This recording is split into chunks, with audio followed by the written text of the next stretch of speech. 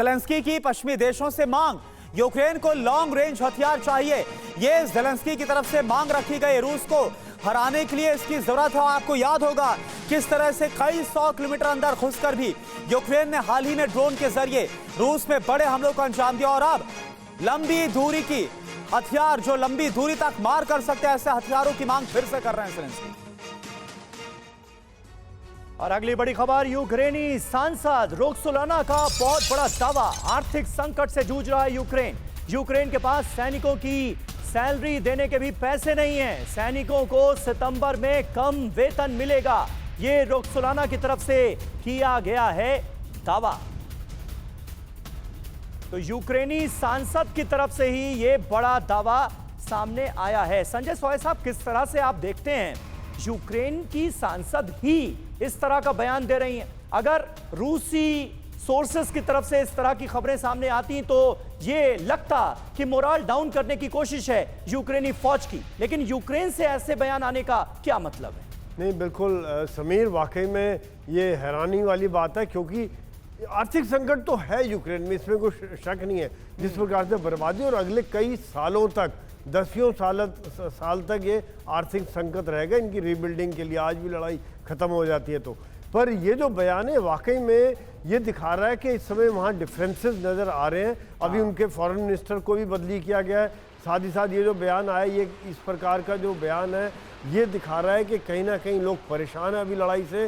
लगातार लड़ाई चल रही है, उससे दुखी हैं और वो चाहते हैं कि पीस टॉक हो। अभी इस तरह की बातें भी निकल के आ रही हैं। पुतिन ने भी कहा है कि इंडिया, चाइना और ब्राज़ील शांति की बातें कर सकते हैं, शांति को स्थापित कर सकते हैं।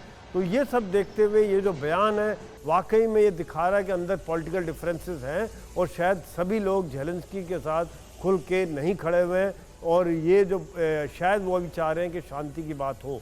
समीर जी, अच्छा डॉक्टर अरविंद जी, मेरा सवाल आपसे यह है, जो कि यूक्रेनी सांसद की तरफ से बयान दिया गया, जाहिर सी बात है कि बहुत ही ये हैरान कर देने वाला बयान है, लेकिन क्या ये यूक्रेन की सच्चाई को बयां कर रहा है कि अब यूक्रेन के पास उतनी ताकत नहीं रह गई है और ज्यादा लंबा युद्ध खींचने की रूस के खिलाफ? क्या ये उस तरफ भी इशारा कर रहा है? बिल्कुल ठीक है। उनकी सांसद का बयान कोई बहुत आश्चर्यचकित करने वाला नहीं है।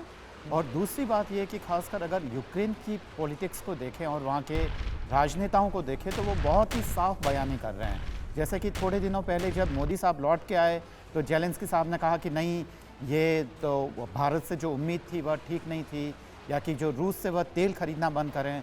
इंग्लैंड से उन्होंने कहा कि आप हथियार देने में देरी कर रहे हैं, तो उसके बदले में फिर वहाँ के विदेश मंत्री ने कहा कि हम कोई अमेज़ॉन थोड़ी है कि आप ऑर्डर करें और हम आपको वापस सप्लाई कर दें।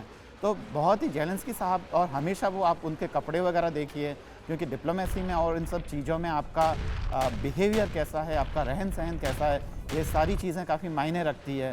तो ऐसा हमेशा वो शर्ट और वो जैकेट डाल के हमेशा ऐसा लगता है जैसे कि वो युद्ध क्षेत्र में हैं। तो ये भी एक मैसेज देने का तरीका है अलग अलग। पर युद्ध से किसको फ़ायदा हुआ है? आज तक किसी को भी फ़ायदा नहीं हुआ है।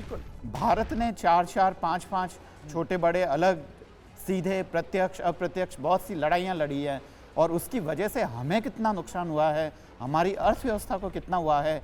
आज भारत जो दुनिया में जो एक महाशक्ति बहुत पहले बन जाता है, उसको काफ़ी पीछे खिसक गया है। तो किसी को फ़ायदा नहीं होने वाला है, रूस को भी फ़ायदा नहीं होने वाला है। इसलिए और खास बात यह भी रही भारत के संदर्भ में कि हमने कभी युद्ध की शुरुआत नहीं की गई, हमेशा युद्ध हमारे ऊपर थोपा गया, लेकिन जिसने थोपा उसको मुंहतोड़ जवाब जरूर दिया गया।